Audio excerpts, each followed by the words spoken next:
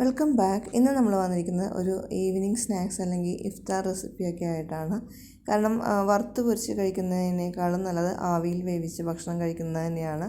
അപ്പോൾ നല്ലൊരു ഫില്ലിങ്ങോട് കൂടിയ ഒരു ചിക്കൻ ഇലയുടെ റെസിപ്പിയാണ് നമ്മളിവിടെ കാണിക്കുന്നത്. ഇതിൻ്റെ ഫില്ലിങ് തന്നെ നല്ലൊരു ടേസ്റ്റാണ്.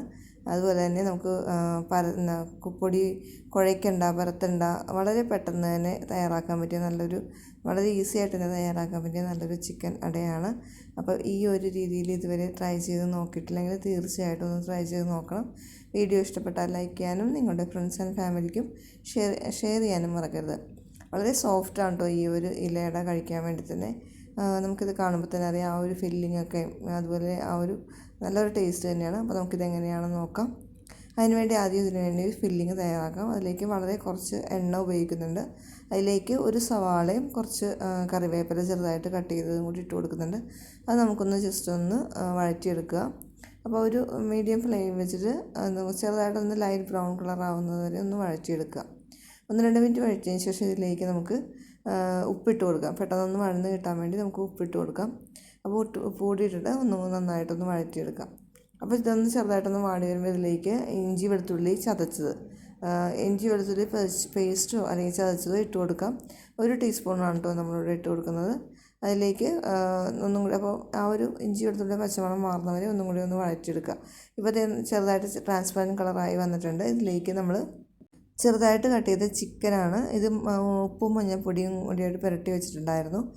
ഇനി വേണമെങ്കിൽ വേവിച്ച ചിക്കൻ വേണമെങ്കിലും ഇട്ട് കൊടുക്കാം. ഈ ഒരു ടൈമിൽ വേവിച്ച ചിക്കനായിട്ട് ഇട്ട് കൊടുക്കാം. അപ്പോൾ നമ്മളിവിടെ ഇതിൽ തന്നെയാണ് കുക്ക് ചെയ്തെടുക്കുന്നത്. ഇങ്ങനെയാണ് കുക്ക് ചെയ്തെടുക്കുന്നത്, സെപ്പറേറ്റ് വേവിക്കുന്നൊന്നുമില്ല. അപ്പോൾ അത് ഇളക്കി കൊടുത്തിട്ട് നന്നായിട്ടൊന്ന് ഒരു ട്രാൻസ്പെറൻറ്റ് കളറാകുമ്പോൾ ഇതിലേക്ക് ഒരു ടീസ്പൂൺ മഞ്ഞൾപ്പൊടിയും 1 ടീസ്പൂൺ മുളക് പൊടിയും 1/4 ടീസ്പൂൺ മഞ്ഞൾപ്പൊടിയും 1 ടീസ്പൂൺ ഗരം മസാല ഇട്ട് കൊടുക്കുന്നുണ്ട്. വേറെ നമ്മൾ പൊടികളൊന്നും ഇട്ട് കൊടുക്കുന്നില്ല, ഈ ഒരു പൊടികൾ മാത്രമാണ് കേട്ടോ. അപ്പോൾ പെട്ടെന്ന് തന്നെ ചിക്കൻ വെന്ത് വരും. നന്നായിട്ട് തന്നെ വെന്ത് വന്നിട്ടുണ്ട്. അപ്പം ഒരു ട്രാൻസ്പെറൻറ്റ് കളറായിട്ടുണ്ട്. ഇനി കുറച്ചും കൂടി നന്നായിട്ടൊന്ന് വേകാൻ വേണ്ടി കുറച്ച് ചൂടുവെള്ളം ഒന്ന് ഒഴിച്ച് കൊടുക്കുക. അപ്പോൾ നല്ല സോഫ്റ്റായിട്ട് തന്നെ വരും, നന്നായിട്ട് വെന്ത് സോഫ്റ്റായിട്ട് വരും. അപ്പോൾ വെന്ത് കഴിയുമ്പോൾ നമുക്ക് ഇതുപോലെ ഈ ഒരു സ്പാച്ചില കൊണ്ട് തന്നെ ജസ്റ്റ് ഒന്ന് കുത്തി കൊടുക്കുമ്പം അത് നന്നായിട്ട് ചെറുതായിട്ട് ചെറിയ പീസസ് ആവും.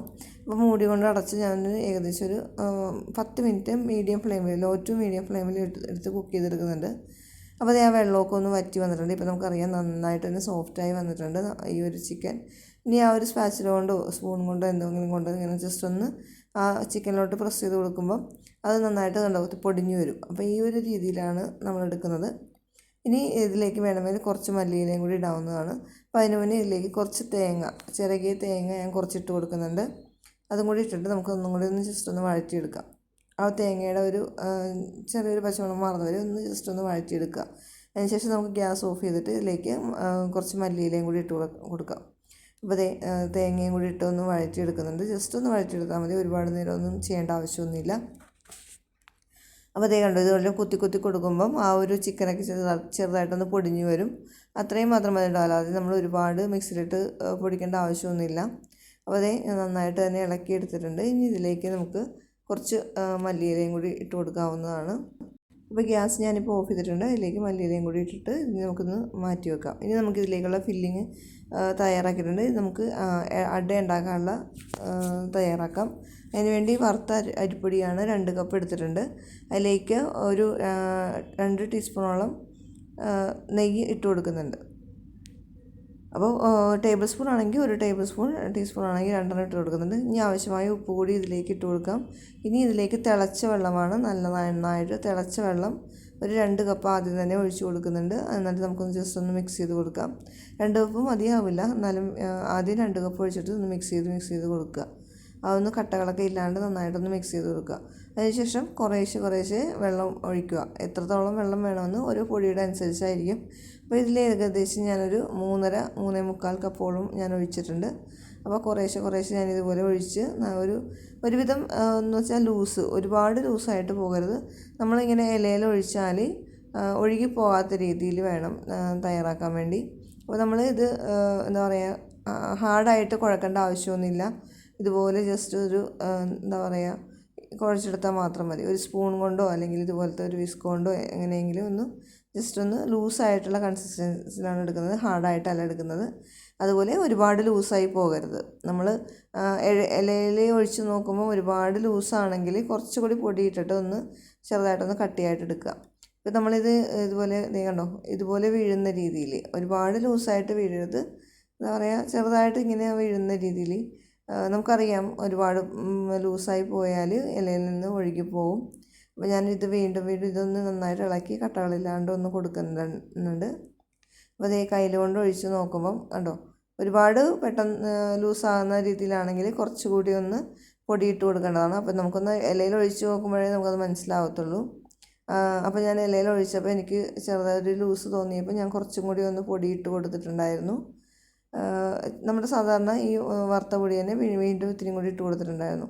അത് ഇലയിൽ ഒഴിച്ചിട്ട്, ഒരു കയ്യിൽ ഒഴിച്ചിട്ട്, ഇലയുടെ വലിപ്പം അനുസരിച്ച് ഒരു കയ്യിൽ ഒഴിച്ചിട്ട് നമുക്കിത് ജസ്റ്റ് ഒന്ന് പരത്തി കൊടുക്കാം. അപ്പോൾ പരത്തി കൊടുത്തതിന് ശേഷം വേണ്ട ഇതുപോലെ പരത്തി കൊടുക്കുക. അങ്ങനെ പരത്തി കൊടുക്കുമ്പോൾ ഒരുപാട് ലൂസായിട്ട് പോകുന്നുണ്ടെങ്കിൽ കുറച്ച് പൊടി ഇട്ടിട്ട് നമുക്കൊന്ന് ഒന്നും കൂടി ഒന്ന് മിക്സ് ആക്കാവുന്ന, ടൈറ്റ് ആക്കാവുന്നതാണ്. എന്നിട്ട് ഒരു സൈഡ് വേണം ഈ ഇലയുടെ നമ്മൾ പരത്തിയതിൻ്റെ ഒരു സൈഡിൽ വേണം ചിക്കൻ്റെ ഫില്ലിങ് വെക്കാൻ. അതിനുശേഷം ഇതൊന്ന് ജസ്റ്റ് ആ ഇല ഒന്ന് കൊണ്ട് കവർ ചെയ്താൽ മതി. അപ്പോൾ ഈ ഒരു സമയത്ത് നമ്മൾ ഇഡ്ഡലി പാത്രത്തിൽ വെള്ളം തിളക്കാൻ വെച്ചിട്ടുണ്ടായിരുന്നു, അതിലേക്ക് നമുക്ക് ഇതൊന്ന് വെച്ച് കൊടുക്കാം. അതിനുശേഷം നമുക്ക് എല്ലാം ഇതുപോലെ തന്നെ പരത്തിയിട്ട് ഒരുപാട് നേരം വെക്കരുത്. ഉടനെ എന്താ പറയുക, ആവി പാത്രത്തിൽ ഇട്ട് വെക്കുക, അല്ലെങ്കിൽ ലൂസായി പോവും. അപ്പോൾ ഇത് നമുക്ക് ഏകദേശം ഒരു 10-15 മിനിറ്റോളം മീഡിയം ഫ്ലെയിമിൽ വെച്ചിട്ട് നമുക്കൊന്ന് കുക്ക് ചെയ്തെടുക്കാവുന്നതാണ്. അപ്പം ഏകദേശം ഒരു 15 മിനിറ്റ് മീഡിയം ഫ്ലെയിമിൽ വെച്ചിട്ട് കുക്ക് ചെയ്തിട്ടുണ്ട് ഞാനിവിടെ. അപ്പോൾ 15 മിനിറ്റിന് ശേഷം നമുക്കൊന്ന് നോക്കാം. അപ്പോൾ അതെ, ഞാൻ ഗ്യാസൊക്കെ ഓഫ് ചെയ്തിട്ടുണ്ട്. നന്നായിട്ട് തന്നെ നല്ല പെർഫെക്റ്റ് ആയിട്ട് തന്നെ വന്നിട്ടുണ്ട്. ഇത് കണ്ടോ, നമുക്ക് കാണുമ്പോൾ അറിയാം. അതുകൊണ്ടാണ് ഞാൻ പറഞ്ഞത്, ആദ്യം നിങ്ങൾ ആവി പരത്തി കൊടുക്കുമ്പോൾ ഒരുപാട് ലൂസായി പോവുകയാണെങ്കിൽ കുറച്ചുകൂടി ഒന്ന് പൊടിയിട്ട് കൊടുത്തിട്ട് ഒന്ന് ടൈറ്റാക്കിയാൽ മാത്രം മതി. അപ്പോൾ നല്ല പെർഫെക്റ്റ് ആയിട്ടുണ്ട്. ഇപ്പോൾ ചൂടാറിയതിന് ശേഷം നമുക്കിതൊന്ന് സെർവ് ചെയ്യാവുന്നതാണ്. അപ്പോൾ അതേ കുറച്ച് കഴിഞ്ഞപ്പോൾ ചൂടൊക്കെ ആറി നന്നായിട്ട് തന്നെ വന്നിട്ടുണ്ട്. നല്ലൊരു ഇത് കാണുമ്പോൾ അറിയാം, ഒട്ടും തന്നെ നമുക്ക് ഒഴുകിയൊന്നും പോയിട്ടില്ല, നല്ല പെർഫെക്റ്റ് ആയിട്ട് തന്നെ കിട്ടിയിട്ടുണ്ട്. അപ്പോൾ ഈ ഒരു ചിക്കൻ ഇലയുടെ വളരെ സ്വാദിഷ്ടം തന്നെയാണ്, കാരണം നമ്മളൊരുപാട് മസാലയൊന്നും ഉപയോഗിച്ചിട്ടില്ല. അപ്പോൾ ഇഫ്താറിനും ഈവനിങ് സ്നാക്സും വറുത്തും പൊരിച്ച് കഴിക്കുന്നതിനേക്കാളും ആവിയിൽ വേവിച്ച പലഹാരങ്ങൾ കഴിക്കുന്നതാണ് വളരെ നല്ലത്. അപ്പം എന്താ പറയുക, ഇതിൻ്റെ ആ ഒരു ഫില്ലിങ് ഒരു പ്രത്യേക ടേസ്റ്റ് തന്നെയാണ്. അപ്പോൾ ഈ ഒരു രീതിയിൽ ചിക്കൻ ഇലയുടെ ഉണ്ടാക്കിയിട്ടില്ലെങ്കിൽ ഒന്ന് ഉണ്ടാക്കി നോക്കുക. അതുപോലെ തന്നെ നമ്മുടെ ചാനൽ സബ്സ്ക്രൈബ് ചെയ്തിട്ടില്ലാത്തവർ സബ്സ്ക്രൈബ് ചെയ്യാനും തൊട്ടടുത്തുള്ള ബെൽ ബട്ടണിൽ ഓൾ പ്രസ് ചെയ്യാനും മറക്കരുത്. എന്നാൽ മാത്രമേ ഇനിയും വീഡിയോസ് ഇടുമ്പോൾ അതിനുള്ള നോട്ടിഫിക്കേഷൻ ലഭിക്കുകയുള്ളൂ. മറ്റൊരു അടിപൊളി വീഡിയോ ആയിട്ട് കാണുന്നവരെ താങ്ക് യു ഫോർ വാച്ചിങ്.